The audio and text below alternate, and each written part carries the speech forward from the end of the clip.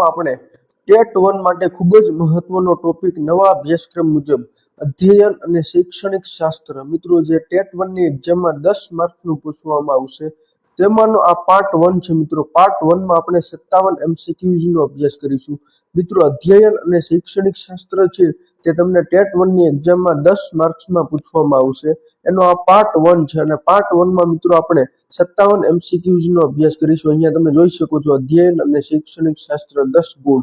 તો આમાં અલગ અલગ ટોપિક આવશે એ બધા જ ટોપિકના MCQs નો આપણે અભ્યાસ કરીશું।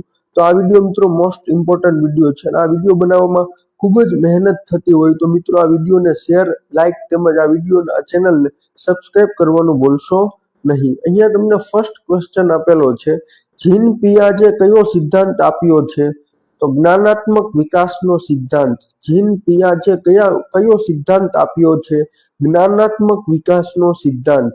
જીન પિયાજે કયો સિદ્ધાંત આપ્યો છે જ્ઞાનાત્મક વિકાસનો સિદ્ધાંત।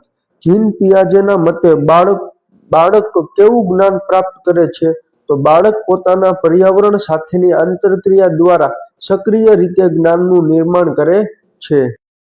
સેકન્ડ ક્વેશ્ચન હતો મિત્રો જીન પિયાજેના મતે બાળક કેવું જ્ઞાન પ્રાપ્ત કરે છે બાળક પોતાના પર્યાવરણ સાથેની આંતરક્રિયા દ્વારા સક્રિય રીતે જ્ઞાનનું નિર્માણ કરે છે। નેક્સ્ટ ક્વેશ્ચન છે જીન પિયાજેના મતે જ્ઞાનાત્મક વિકાસના 4 તબક્કા જણાવો।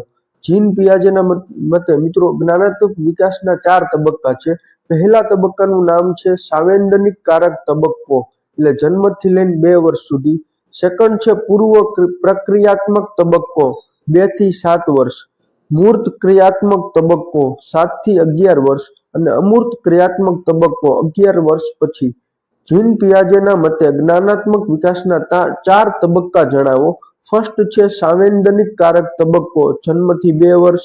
પૂર્વ પ્રક્રિયાત્મક તબક્કો 2 થી 7 વર્ષ। મૂર્ત ક્રિયાત્મક તબક્કો 7 થી 11 વર્ષ અને અમૂર્ત ક્રિયાત્મક તબક્કો 11 વર્ષ પછી।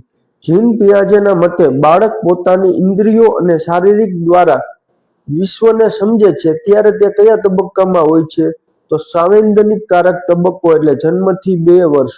જીન પિયાજેના મતે બાળક પોતાની ઇન્દ્રિયો અને શારીરિક દ્વારા વિશ્વને સમજે છે ત્યારે તે કયા તબક્કામાં હોય છે તો સાંવેદનિક કારક તબક્કો જન્મથી 2 વર્ષ।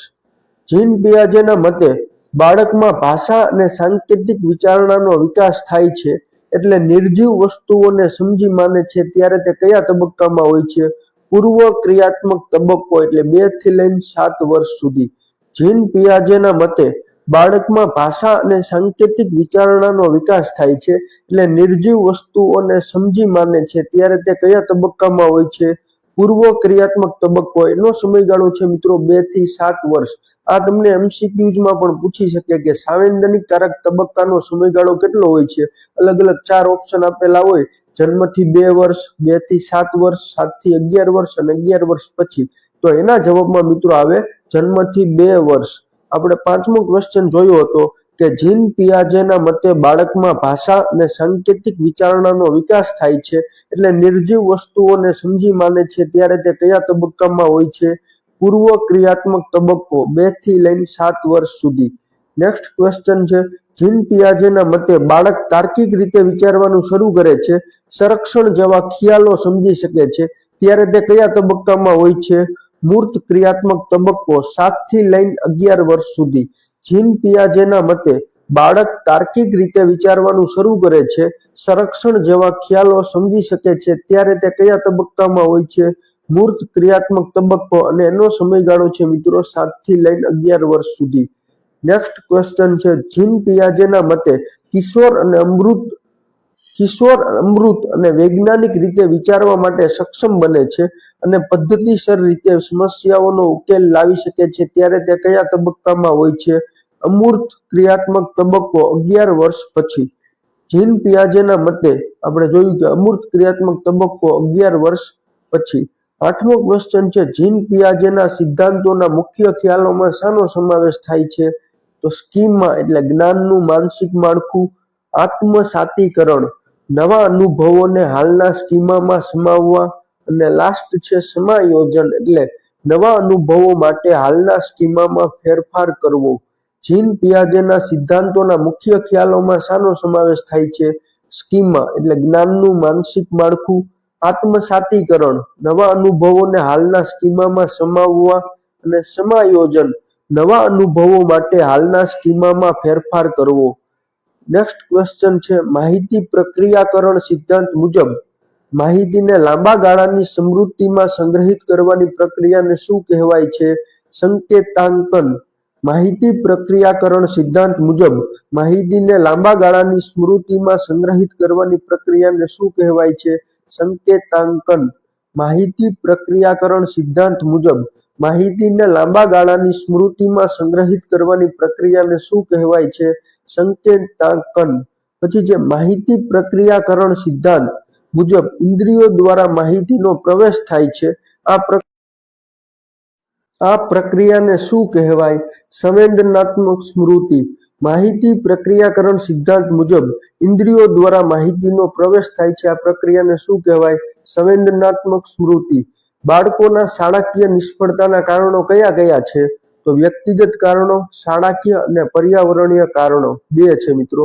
બાળકોના શાળાકીય નિષ્ફળતાના કારણો કયા કયા છે? તો વ્યક્તિગત કારણો અને શાળાકીય અને પર્યાવરણીય કારણો.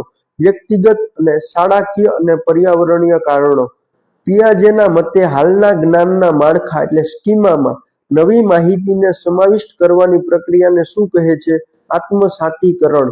પિયાજેના મતે હાલના જ્ઞાનના માળખા એટલે કે સ્કીમામાં નવી માહિતીને સમાવિષ્ટ કરવાની પ્રક્રિયાને શું કહે છે? આત્મસાતીકરણ. સંકલ્પનાઓનો વિકાસ માં મુખ્યત્વે કોનો ભાગ હોય છે? બૌદ્ધિક વિકાસ. સંકલ્પનાઓના વિકાસમાં મુખ્યત્વે કોનો ભાગ હોય છે? બૌદ્ધિક વિકાસ. માહિતી પ્રક્રિયાકરણ મોડેલનું પ્રથમ ચરણ કયું છે? સંવેદનાત્મક સ્મૃતિ. માહિતી પ્રક્રિયાકરણ મોડેલનું પ્રથમ ચરણ કયું છે? સંવેદનાત્મક સ્મૃતિ. અધ્યયન એટલે શું? તો વર્તનમાં થતો અપેક્ષિત અને કાયમી ફેરફાર છે. અધ્યયન એટલે શું મિત્રો? વર્તનમાં થતો અપેક્ષિત અને કાયમી ફેરફાર છે. બાળકોના શાળાકીય નિષ્ફળતાના કારણો કયા કયા છે? વ્યક્તિગત કારણો અને શાળાકીય અને પર્યાવરણીય કારણો. એના પછી છે પ્રયત્ન અને ભૂલ દ્વારા અધ્યયન. શીખનાર વારંવાર પ્રયત્નો કરે છે, ભૂલોમાંથી શીખે છે અને સફળ પ્રયત્નો દ્રઢ કરે છે. આ સિદ્ધાંત કોનો છે?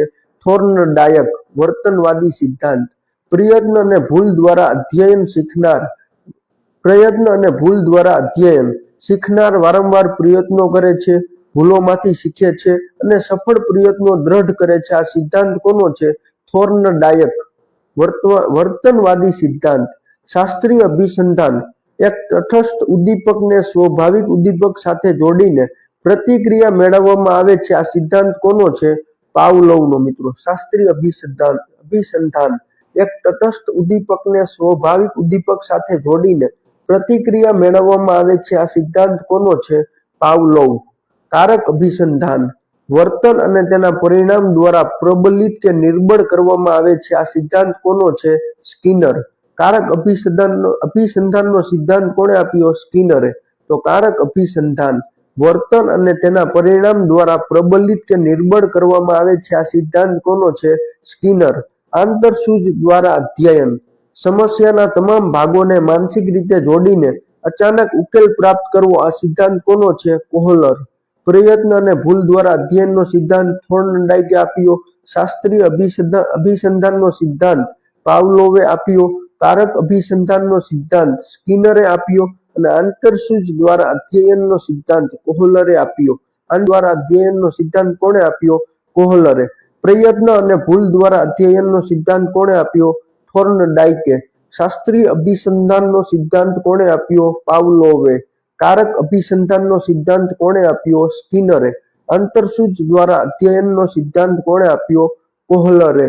તો આ ખાસ યાદ રાખી લેજો. આ ચારમાંથી મિત્રો એક પ્રશ્ન પૂછાવાની શક્યતા રહેલી છે અને આમાં તમે કન્ફ્યુઝ થઈ જશો મિત્રો. કારક અભિસંધાન પૂછે તો પાવલોવ કરી નાખશો અને શાસ્ત્રીય અભિસંધાન પૂછે તો સ્કિનર કરી નાખશો. એટલે ખાસ યાદ રાખજો, પ્રયત્ન અને ભૂલ દ્વારા અધ્યયન આવે તો થોર્નડાયક આવે અને વર્તનવાદી સિદ્ધાંત હતો. શાસ્ત્રીય અભિસંધાન આવે તો પાવલોવ, કારક અભિસંધાન આવે તો સ્કિનર અને આંતરસૂઝ દ્વારા અધ્યયન આવે તો કોહલર. આટલું યાદ રાખજો. આ બધા ચારે ચાર મિત્રો ખાસ યાદ રાખી લેજો. આમાં તમારો 1 માર્ક છે તે 100% કવર થઈ જશે. કારણ કે આમાં મોટાભાગના વિદ્યાર્થીઓ છે તે કન્ફ્યુઝ થઈ જતા હોય છે. કારકની પાવલોવ આવતું હોય તો અહીંયા સ્કિનર કરી નાખે અને કોહલર આવતું હોય અહીંયા પાવલોવ કરી નાખે. એટલે આમાં છે તે કન્ફ્યુઝ થઈ જશે. એટલે આ 4 પ્રશ્નો મિત્રો ખાસ યાદ રાખી લેજો. તો 19 સુધીના એમસીક્યુ જોયા મિત્રો. એના પછી છે 20મો એમસીક્યુ. કઈ પદ્ધતિઓ દ્વારા અધ્યયનને વધુ રસપ્રદ અને અસરકારક બનાવાય છે? તો રમત દ્વારા શિક્ષણ, અનુકરણ દ્વારા શિક્ષણ અને જૂથ ચર્ચા જેવી પદ્ધતિઓ. કઈ પદ્ધતિઓ દ્વારા અધ્યયનને વધુ રસપ્રદ અને અસરકારક બનાવાય છે? રમત દ્વારા શિક્ષણ, અનુકરણ દ્વારા શિક્ષણ અને જૂથ ચર્ચા જેવી પદ્ધતિઓ. પછી છે લેવ વાઇગોત્સ્કીનો સિદ્ધાંત કયો છે? તો સામાજિક પ્રવૃત્તિ તરીકે અધ્યયન. લેવ વાઇગોત્સ્કીનો સિદ્ધાંત કયો છે? સામાજિક પ્રવૃત્તિ તરીકે અધ્યયન. વાઇગોત્સ્કીના મતે બાળકના સ્વતંત્ર રીતે કાર્ય કરવાના સ્તર અને કોઈકના માર્ગદર્શન હેઠળ કાર્ય કરવાના સંભવિત સ્તર વચ્ચેના તફાવતને શું કહેવામાં આવે છે? સમીપસ્થ વિકાસનું ક્ષેત્ર એટલે ઝેડપીડી, ઝોન ઓફ પ્રોક્સિમલ ડેવલપમેન્ટ. વાઇગોત્સ્કીના મતે બાળકના સ્વતંત્ર રીતે કાર્ય કરવાના સ્તર અને કોઈકના માર્ગદર્શન હેઠળ કાર્ય કરવાના સંભવિત સ્તર વચ્ચેના તફાવતને શું કહેવામાં આવે છે? સમીપસ્થ વિકાસનું ક્ષેત્ર એટલે કે ZPD, zone of proximal development. Zone of proximal development. એના પછી છે 23મો ક્વેશ્ચન. વાઇગોત્સ્કીના સિદ્ધાંત મુજબ એક શિક્ષક વિદ્યાર્થીને સાયકલ શીખવતી વખતે શરૂઆતમાં પાછળથી પકડીને ટેકો આપે છે અને ધીમે ધીમે ટેકો ઓછો કરતો જાય છે. શિક્ષક શું કરી રહ્યા છે? તો સ્કેફોલ્ડિંગ પૂરું પાડવું. વાઇગોત્સ્કીના સિદ્ધાંત મુજબ એક શિક્ષક વિદ્યાર્થીને સાયકલ શીખવતી વખતે શરૂઆતમાં પાછળથી પકડીને ટેકો આપે છે અને ધીમે ધીમે ટેકો ઓછો કરતો જાય છે. શિક્ષક શું કરી રહ્યા છે? તો સ્કેફોલ્ડિંગ પૂરું પાડવું. વાઇગોત્સ્કીના સિદ્ધાંતોમાં બૌદ્ધાત્મક વિકાસ માટે સૌથી મહત્વપૂર્ણ સાધન કયું છે? ભાષા. વાઇગોત્સ્કીના સિદ્ધાંતોમાં બૌદ્ધાત્મક વિકાસ માટે સૌથી મહત્વપૂર્ણ સાધન કયું છે? ભાષા. બાળક પોતાની જાત સાથે મોટેથી બોલીને પોતાના કાર્યોને માર્ગદર્શન આપે છે. આ કયા પ્રકારની વાણી છે? ખાનગી વાણી. પછી છે બાળકો અન્ય લોકો સાથે વાતચીત કરે ત્યારે કયા પ્રકારની વાણીનો ઉપયોગ કરે છે? તો સામાજિક વાણી. બાળકો અન્ય લોકો સાથે વાતચીત કરે ત્યારે આ પ્રકારની વાણીનો ઉપયોગ કરે છે, સામાજિક વાણી.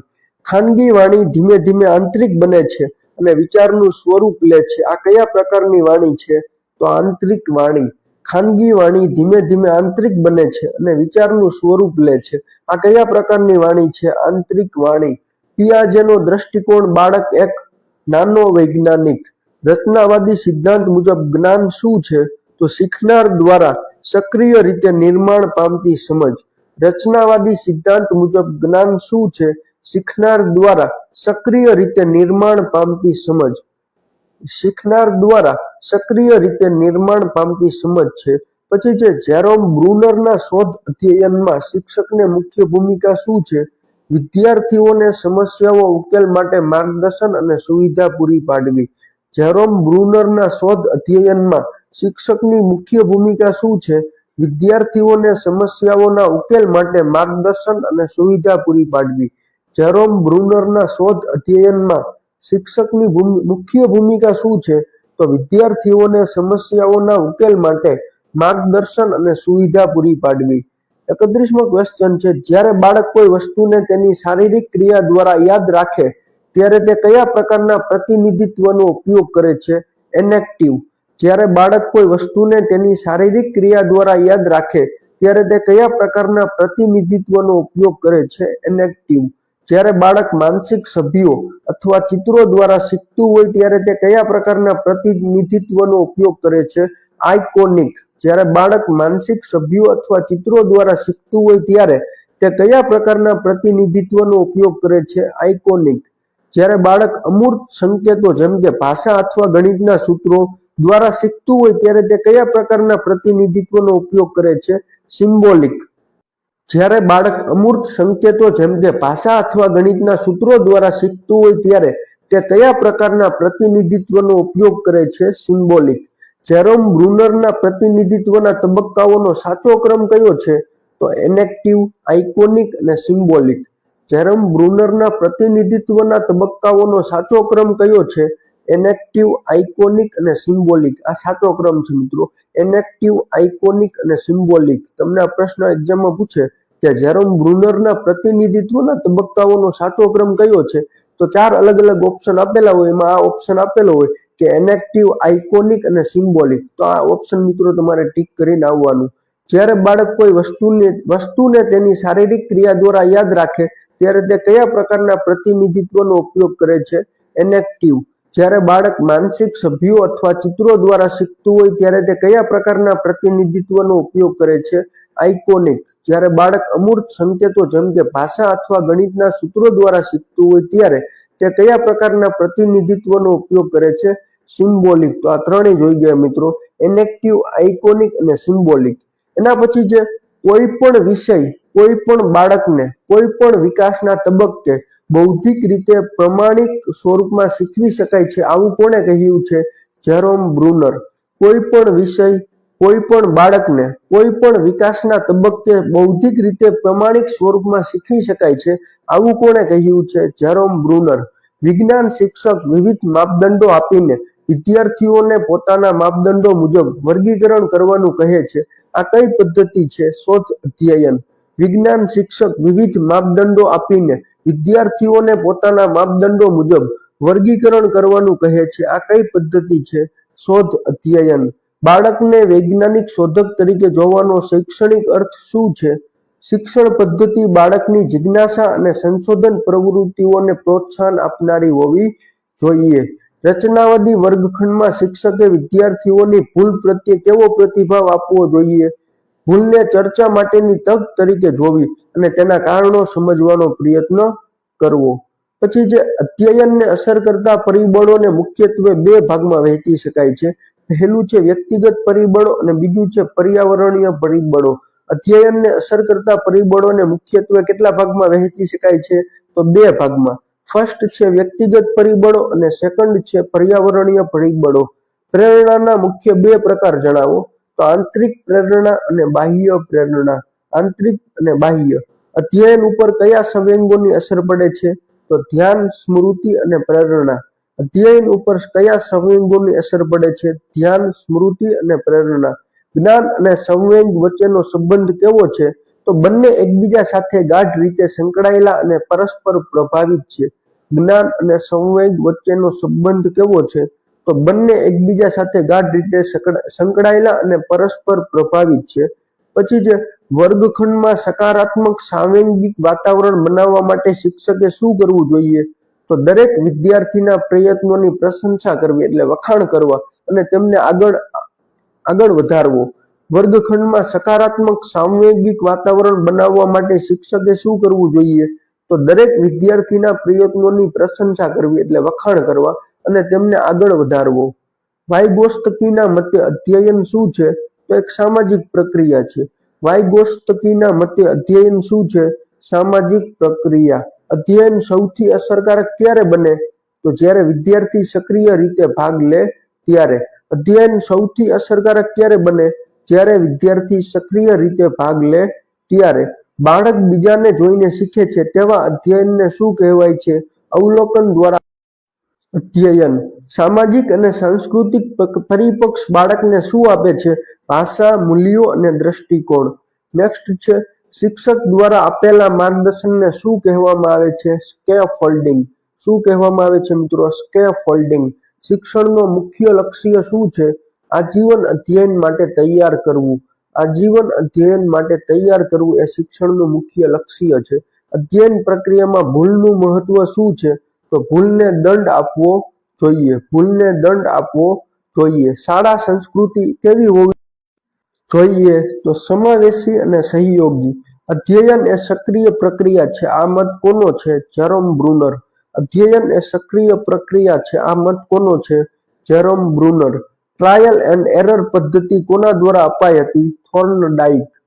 ટ્રાયલ એન્ડ એરર પદ્ધતિ કોના દ્વારા અપાઈ હતી? થોર્નડાઇક. શિક્ષક દ્વારા આપેલા માર્ગદર્શનને શું કહેવામાં આવે છે? સ્કેફોલ્ડિંગ. શિક્ષણનો મુખ્ય લક્ષ્ય શું છે? આજીવન અધ્યયન માટે તૈયાર કરવું. આજીવન અધ્યયન માટે બાળકને તૈયાર કરવો. અધ્યયન પ્રક્રિયામાં ભૂલનું મહત્વ શું છે? તો ભૂલને દંડ આપવો જોઈએ. શાળા સંસ્કૃતિ કેવી હોવી જોઈએ? સમાવેશી અને સહયોગી. અધ્યયન એ સક્રિય પ્રક્રિયા છે. આ મત કોનો છે? જેરોમ બ્રુનર. અને ટ્રાયલ એન્ડ એરર પદ્ધતિ કોના દ્વારા અપાઈ હતી? થોર્નડાઇક. ટ્રાયલ એન્ડ એરર પદ્ધતિ કોના દ્વારા અપાઈ હતી? થોર્નડાઇક. અધ્યયન એ સક્રિય પ્રક્રિયા છે. આ મત કોનો છે? જેરોમ બ્રુનર. મિત્રો મોસ્ટ આઈએમપી છે. એના પછી છે અધ્યયન પર સૌથી વધુ અસર કોણ કરે છે? પર્યાવરણ. અધ્યયન પર સૌથી વધુ અસર કોણ કરે છે? પર્યાવરણ. શિક્ષણ અને અધ્યયન વચ્ચેનો સંબંધ શું છે? અધ્યયન અંત છે જ્યારે શિક્ષણ સાધન છે. શિક્ષણ અને અધ્યયન વચ્ચેનો સંબંધ શું છે? અધ્યયન અંત છે જ્યારે શિક્ષણ સાધન છે. લાસ્ટ ક્વેશ્ચન છે મિત્રો, બાળક કેન્દ્રીય પદ્ધતિઓ કઈ કઈ છે? તો રમત, પ્રોજેક્ટ અને ચર્ચા. બાળક કેન્દ્રીય પદ્ધતિઓ કઈ કઈ છે? રમત, પ્રોજેક્ટ અને ચર્ચા. આ 3 પદ્ધતિઓ મિત્રો બાળક કેન્દ્રીય છે. તો મિત્રો આ વિડીયોમાં આપણે 56 સુધીના એમસીક્યુ જોયા અને આ ટોપિકમાંથી મિત્રો અગાઉ મેં કહ્યું એ પ્રમાણે 10 માર્ક્સનું છે તે તમને પૂછવામાં આવશે. આ પાર્ટ 1 છે મિત્રો. પાર્ટ 2 હજુ આવશે. તો મિત્રો આ 56 એમસીક્યુ જો તમને એકવાર ન સમજાય તો આ વિડીયો બીજી વાર જોઈ લેજો. પરંતુ આ એમસીક્યુ મિત્રો ખાસ કરીને ટેટ 1 માં પૂછાવાની 100% શક્યતા રહેલી છે. મિત્રો જો તમને મારો વિડીયો ગમ્યો હોય તો વિડીયોને લાઇક, શેર તેમજ ચેનલને સબસ્ક્રાઇબ કરવાનું ભૂલશો નહીં. અને આવા નવા અવનવા વિડીયો જોવા માટે મારી ચેનલને સબસ્ક્રાઇબ કરી લેજો અને બેલ આઇકોન પ્રેસ કરી દેજો જેથી તમને અવનવા વિડીયોની નોટિફિકેશન મળતી રહે.